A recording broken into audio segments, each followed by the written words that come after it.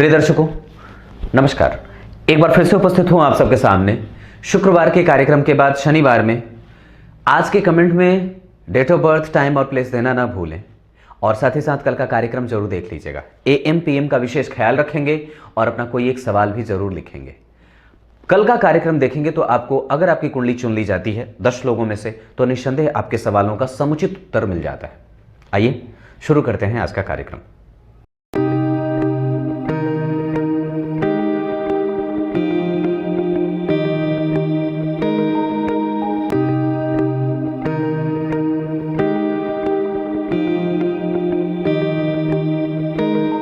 आइए अब आपको सीधे विषय पे लेके आता हूं। नवमांस आपके पति की कुंडली होती है या फिर आपके पत्नी की। आप अगर उसके बारे में संपूर्ण चीजें जानना चाहते हैं तो निश्चित रूप से अपने नवमांस पे फोकस बढ़ा देना चाहिए। इनकी कुंडली में यहां लग्न बनता था वृश्चिक राशि का, जिसके अधिपति मंगल जाकर के बैठे थे पंचम भाव, चतुर्थ भाव और तृतीय भाव के अधिपति शनि के साथ। ये कार्यक्रम का दूसरा हिस्सा है, आप तो ये जानते हैं। और यहां पे अगर नवमांस की मैं चर्चा करता हूं तो यहां लग्न बनता है धनु का, जो यहां पे बनती थी धन भाव में उसकी राशि। तो यहां के जो धनेश ठहरे लग्न कुंडली के, वो नवमांस कुंडली के लग्नेश बन गए। नवमांस कैसे बनाया जाता है आने वाले दिनों में मैं आपको बता दूंगा, जिसमें आपको ये पता आसानी से चल जाएगी बात कि कैसे नवमांस बनाया जाता है और कैसे उंगली पर गिन करके आप अपने नवमांस का निर्धारण कर लेते हैं। यहां पे धनु लग्न की नवमांस कुंडली बनती है। लग्न के अधिपति गुरु राहु के साथ बैठ करके चतुर्थ भाव को देख रहे हैं, जो कि उनकी खुद की राशि है, जहां बुध बैठे हैं सप्तम स्थान के अधिपति। यानी कि लग्न के अधिपति और सप्तम के अधिपति एक दूसरे को सातवीं दृष्टि से देख रहे हैं। ऐसी स्थिति में व्यक्ति के दांपत्य में कई लोग आते हैं। व्यक्ति के जीवन में कई लोगों को व्यक्ति पसंद करता है। अपनी पत्नी कई बार नहीं भाती और दूसरे की पत्नी अच्छी लगती है। इस संशय की स्थिति को हटाने की आवश्यकता होगी और निस्संदेह ऐसी स्थिति न बने। कार्यक्रम के आरंभ में ही ये बात बता दूं, ये जातक की जो कुंडली मैं बना रहा हूं, इतनी परेशानी हुई मुझे बनाने में, मत पूछिए। एक बार ही नहीं 3 बार ये कार्यक्रम मैं बना चुका था और इतनी दिक्कत हुई बनाने में कि अंतिम तक अभी ये दूसरे दिन बना रहा हूं।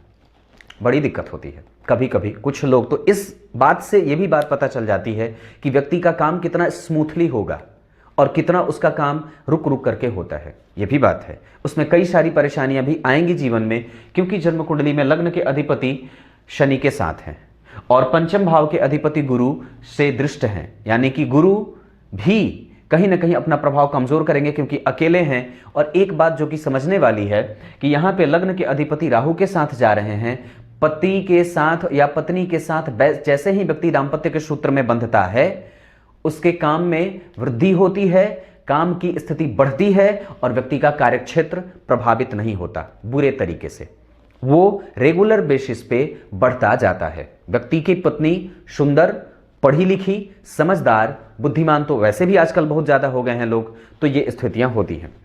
अब उसके बाद जन्म कुंडली में मैं सुख भाव को देखता हूं तो सुख का अधिपति जो कि स्वयं लग्नेश ही बनते हैं, वो 7वीं दृष्टि से देख रहे हैं। 5वीं दृष्टि से धन भाव को देख रहे हैं, जहां स्वयं मंगल उच्च के बैठे हैं। पर ये जरा विचार करिए, विदेश भाव के अधिपति जो इनकी कुंडली में, यानी कि शय्या सुख के जो अधिपति हैं, वो शुक्र दशम स्थान में बैठ करके 7वीं दृष्टि से यहां देख रहे थे। और ठीक वही बात कि यहां पे मंगल विदेश भाव के अधिपति होकर के धन भाव में आकर के यहां से व्यक्ति विचारों से मिलता है, एक दूसरे से विचार संपन्न होता है। तो यहां पे क्रोध की स्थिति है और व्यक्ति की जो नवमांस कुंडली बन रही है वो धनु की बन रही है। पत्नी दार्शनिक स्वभाव की मिलेगी, उसके अपने तर्क होंगे और उसकी अपनी बुद्धि होगी, जिस पे वो काम करना ज्यादा पसंद करेगी। मतलब थोड़ी मतलबी हो सकती है या थोड़ा सा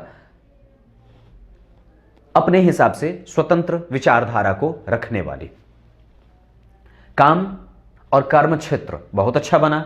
नवमांस कुंडली में सूर्य नवम स्थान के अधिपति होकर के वहीं बैठे हैं। ऐसी स्थिति में व्यक्ति का दांपत्य जीवन धर्म से युक्त, पुरोधा और जो जितने भी पूर्वज होते हैं उनके साथ स्थितियां अच्छी होती हैं। व्यक्ति माता पिता का आशीर्वाद ग्रहण करेगा, सास ससुर सबके साथ संबंध उसके अच्छे होंगे और नवमांस कुंडली में माता पिता का भक्त भी होता है।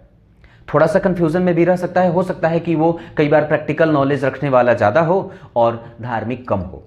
पर यहां पे चतुर्थ भाव के अधिपति गुरु उसे देख रहे हैं। ऐसी स्थिति में कि अगर जन्म कुंडली के चतुर्थ भाव पे नवमांश कुंडली में कहीं से भी गुरु की दृष्टि पड़ जाती है तो आपकी कुंडली में नवमांश में या फिर दांपत्य में जितनी भी परेशानियों के आने के वक्त पे अगर हम विचार करते हैं कि वो आएंगी परेशानियां, तो उसमें वो खत्म हो जाती हैं। गुरु उसको रिपेयर करने का मौका दे देते हैं।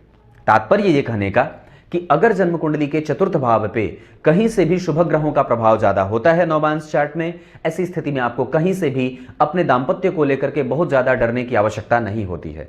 अगर आपकी कुंडली में चंद्रमा जो शुभ ग्रह बन रहे हों कहीं से भी चतुर्थ भाव पे दृष्टि डाल रहे हों, या फिर अगर नवमांश कुंडली में वो चतुर्थ भाव में स्वयं बैठे हों, राहु केतु के साथ भी होकर के बैठे होते हैं, फिर भी दांपत्य को संभाला जा सकता है।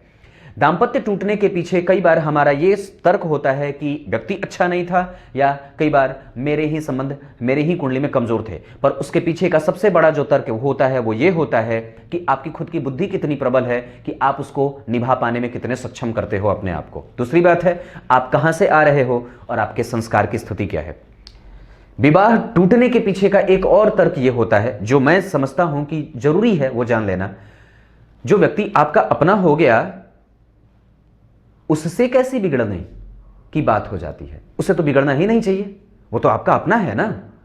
और उसे तो आप हर बार जब वो दूर जाने का प्रयास करे तो खींच करके निकट ला दो और फिर उसे अपना बना लो।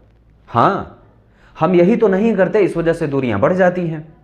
और यही तो करने की आवश्यकता होती है रिश्तों को पनपने के लिए, मौका देने के लिए, उन्हें मजबूती देने के लिए, उनके बीच से शीशे की दीवार हटाने के लिए, एक दूसरे के दिल में जगह स्थान बनाने के लिए। यहां मंगल उच्च का है, वाणी थोड़ी कड़वी हो सकती है पर वो धन से युक्त रहने वाली है। आने के बाद धन की स्थितियां भी बढ़ेंगी, ससुराल धनवान भी मिलेगा, ये सारी चीजें बनती हैं। नवमांश इनका ठीक है।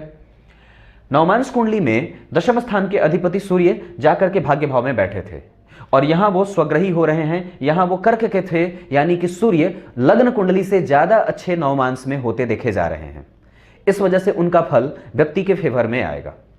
चंद्रमा यहां बनते थे, भाग्य के अधिपति धनु राशि में जा रहे थे, जिसके अधिपति गुरु जाकर के जन्म कुंडली में स्वग्रही हो रहे थे, यानी कि राशि का अधिपति और गुरु चंद्रमा का एक दूसरे से केंद्र में जाना, गज केसरी योग का बनना। परंतु निगेटिव क्या है कि यहां पे शनि और मंगल दोनों का एक साथ प्रभाव दृष्टि का पंचम भाव पे पड़ेगा।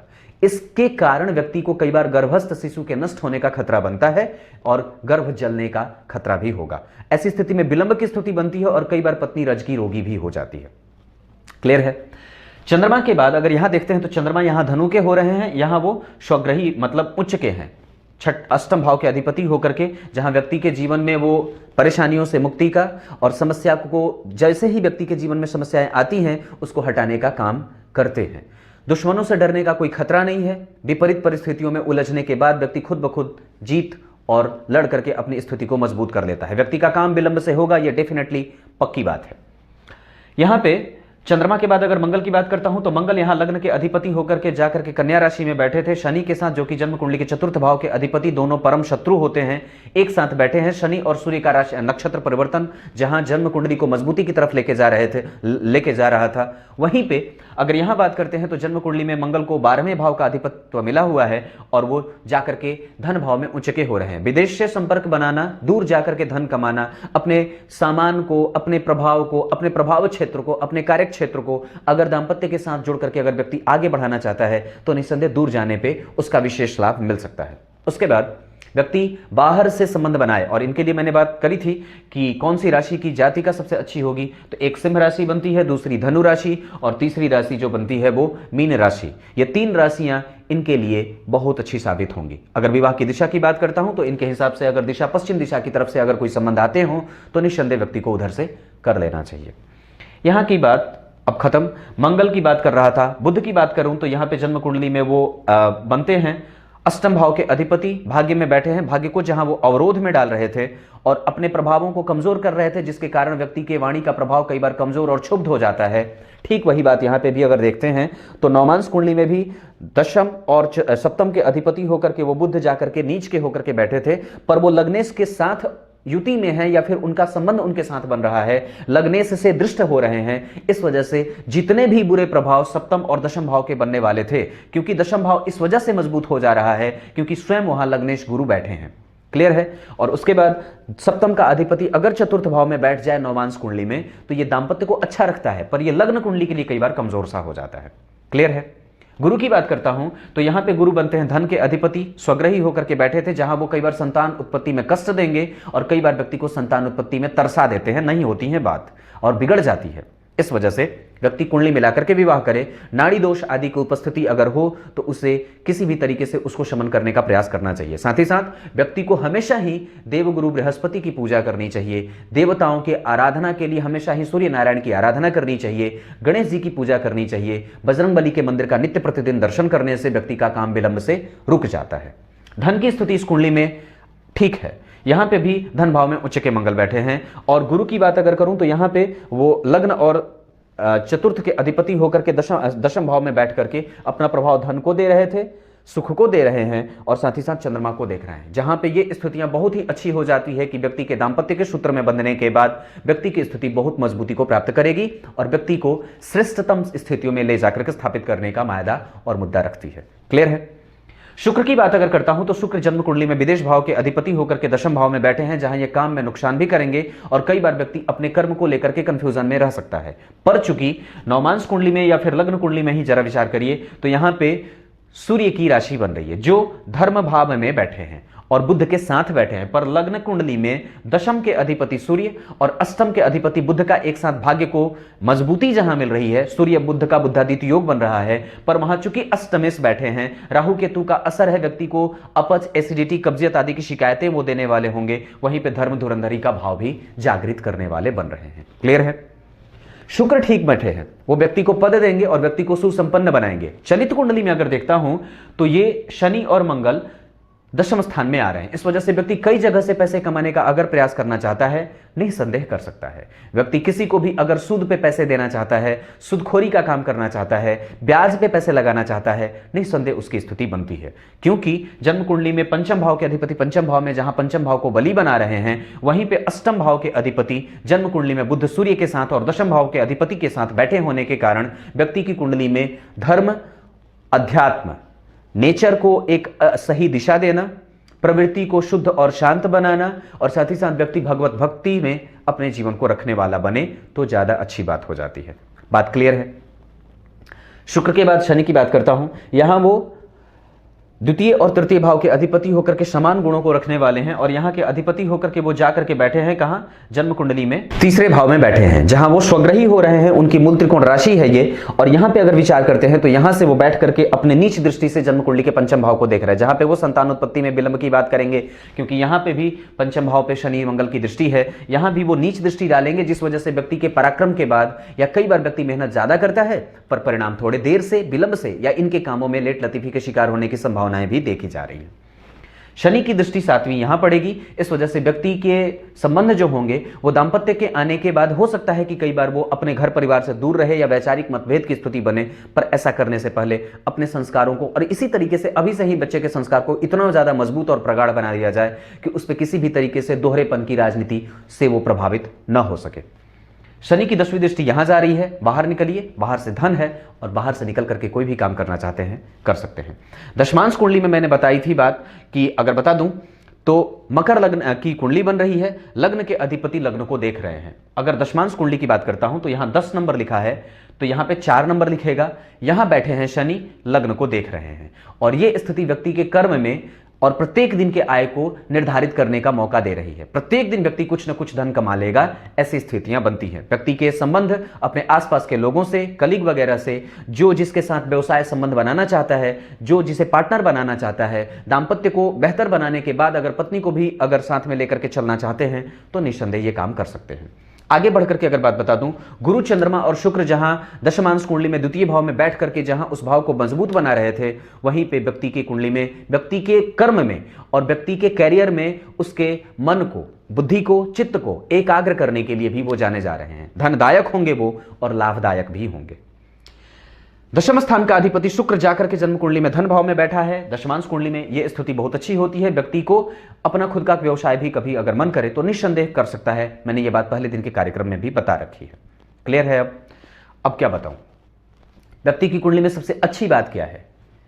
सूर्य बुध का यहां बैठना, यह सबसे पहली अच्छी बात। लग्न कुंडली में लग्न के अधिपति मंगल पे गुरु की दृष्टि, ये दूसरी सबसे अच्छी बात।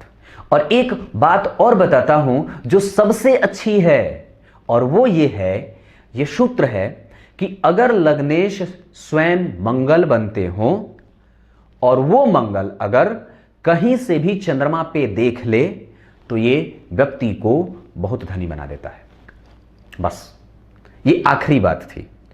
धन ठीक है, संस्कार और धर्म भी ठीक है, संतान उत्पत्ति में कष्ट की संभावनाएं बन सकती हैं क्योंकि पंचम भाव के गुरु कई बार संतान उत्पत्ति में कष्ट देते हैं। यहां पे मैंने बात कही थी व्यक्ति को पहली संतति से बिगड़ने की संभावनाएं बनती हैं और कई बार व्यक्ति के संबंध भाइयों से भी बिगड़ जाते हैं। भाइयों का सुख कई बार कमजोर होता है या कई बार व्यक्ति अकेला होता है, या अगर छोटा भाई बहन हुआ, बड़ा से तो कोई समस्या नहीं होने की स्थिति बन रही है पर छोटे भाइयों से समस्या बन सकती है। बस इतनी सी बात थी। इनकी कुंडली के लिए कौन कौन से ग्रह शुभ अशुभ बन रहे हैं मैं वो बता देता हूं। सूर्य इनकी कुंडली के लिए न तो शुभ और न अशुभ। वृश्चिक लग्न की कुंडली के लिए वो कारक होते हैं पर अच्छे परिणाम देंगे क्योंकि वो अवस्था में थोड़े कमजोर थे तो उनका प्रभाव थोड़ा शून्य सा या कमजोर सा रहेगा। चंद्रमा इनकी कुंडली के लिए शुभदायी होंगे। मंगल भी जन्म कुंडली में न तो अच्छे न तो बुरे, पर वो शनि के साथ बैठे होने के कारण उनका परिणाम थोड़ा कमजोर सा होगा। इस वजह से वो अपने प्रभावों को देंगे तो सही पर थोड़े कमजोर वो भी रहेंगे। बुध की बात करता हूं, बुध अशुभ बना हुआ है। गुरु भी शुभदायी हैं और इनकी दशा बहुत अच्छी जाएगी। शुक्र की बात करता हूं, शनि की बात करूं तो ये दोनों शुक्र और शनि, जैसे कि शुक्र इनकी कुंडली के लिए बहुत अच्छे नहीं होते तो अशुभ परिणाम देने वाले होंगे। जहां व्यक्ति के जीवन में जब भी शुक्र की दशा चलेगी तो दाम्पत्य में कमजोरी, पत्नी का स्वास्थ्य कमजोर, डेली बेसिस का इनकम कमजोर हो सकता है, व्यक्ति की प्रवृत्ति चंचल और मनोवृत्तियां बदली बदली सी दिखती हैं। शनि की दशा में अगर बात करता हूं तो धन की हानि हो जाती है, धन रुकता रुकता सा आता है, स्वास्थ्य में चित्त परेशान, बदन दर्द की समस्या, कई बार वात की समस्या बनती है, गैस्ट्रिक आदि का व्यक्ति पेशेंट हो जाता है, अपच आदि की समस्या बन जाती है। ये चीजें शनि की दशा में ख्याल रखने वाली बात हो जाती है। राहु और केतु की बात करता हूं तो केतु इनकी कुंडली के लिए अशुभ बनेंगे क्योंकि वो अष्टम भाव में कारक होते हैं वो और अकेले बैठे हैं, उस वजह से इनको थोड़ा सा बुरे परिणामों को दिखाने वाला, जिसके कारण व्यक्ति के जीवन में कई बार जब भी केतु अंतर प्रत्यंतर सूक्ष्मांतर में आएंगे तो छोटी मोटी घाव, फोड़ा, फुंसी आदि की स्थितियां, अपच, एसिडिटी, कब्जियत की शिकायतें देने वाले, कई बार व्यक्ति को गुह्य रोग हो जाता है, ये स्थितियां बनती हैं। राहु इनकी कुंडली के लिए बहुत ही अच्छे परिणाम देने वाले हैं क्योंकि वो जन्म कुंडली में अगर बैठे भी हैं तो धन भाव में, मैंने ये बात कही थी पहले ही दिन इनकी कुंडली में कि राहु का संबंध अगर शुक्र के साथ हो जाता है, जैसे कि इनकी कुंडली में मैंने बताई थी कल कि राहु की स्थिति शुक्र की राशि में, शुक्र के नक्षत्र में होने के कारण और राहु की दृष्टि शुक्र पे होने के कारण व्यक्ति की धन की समस्या कभी भी कमजोर करने वाली नहीं है। चलित कुंडली में ये दोनों ग्रह यहां आ रहे हैं, व्यक्ति कई जगहों से पैसे कमा सकता है, अशुद्ध जगहों से भी व्यक्ति पैसे कमा सकता है, ये बात क्लियर है। अब एक बात इनकी कुंडली में होरा कुंडली पे चर्चा करके बता दूं तो मंगल, राहु, केतु, शुक्र, शनि, सूर्य और गुरु, मंगल, राहु, केतु, शुक्र, शनि, गुरु और सूर्य, इनकी दशाएं व्यक्ति के जीवन में यूं निकल जाएंगी, पता नहीं चलेगा और हो सकता है कि उसमें थोड़ी मेहनत कम मिले या फल भी कम मिले, पर बाकी के जो दशाएं हैं, दो बुध और चंद्रमा की दशा, ये व्यक्ति के जीवन में अच्छी रहेंगी, माइलस्टोन साबित होंगी, जहां व्यक्ति अपने आप को पवित्रता से कर्म में उतरने वाला और कर्म करने वाला हो जाएगा। इस दशा में किए गए परिणाम व्यक्ति को बहुत अच्छे परिणाम देने वाले और व्यक्ति को मोटरसाइकिल से कार पे लेकर के आने वाले होते हैं। व्यक्ति की कुंडली में भाग्य का लाभ मिल रहा है, इसमें कोई संशय नहीं है। कहीं से भी व्यक्ति की कुंडली में धन आदि की समस्या मुझे नहीं दिख रही है। खर्च करने में व्यक्ति को सतर्क होना चाहिए, ये बात बनती है। इमोशनली धन को खर्च करने से व्यक्ति को नुकसान हो सकता है। व्यक्ति की कुंडली में भाग्य भाव के अधिपति चंद्रमा बनते हैं। ऐसी स्थिति में कि वो चंद्रमा जाकर के धन भाव में बैठे हैं, व्यक्ति की कुंडली में महाधनी योग लगा है, इसे महाभाग्यशाली योग भी कहा जाता है। राहु और चंद्रमा का ग्रहण व्यक्ति के मति बुद्धि को परेशान करेगा क्योंकि बुध भी अष्टम भाव के और पापी भाव के अधिपति हैं, जहां शनि मंगल जैसे कंफ्यूजिंग ग्रह बैठे हैं। इस वजह से जब भी निर्णय लेना हो अपने माता पिता से पूछ करके, कोई भी निर्णय लेना हो अपने गुरुजनों से पूछ करके ही लेना चाहिए। राहु की दशा में कभी भी किसी को धन देने से बच जाएं तो ज्यादा अच्छी बात होगी। कोई नया काम करने से राहु की दशा में बच जाएं तो बड़ी अच्छी बात होगी। अगर उस लक्ष्य को छोटे छोटे डिवीजन में कर करके अगर व्यक्ति काम करे तो निसंदेह बात बन जाएगी। बस खत्म। तब तक के लिए इजाजत दीजिए, कल एक बार फिर से उपस्थित होंगे आप सबके सामने। तब तक के लिए बहुत बहुत नमस्कार।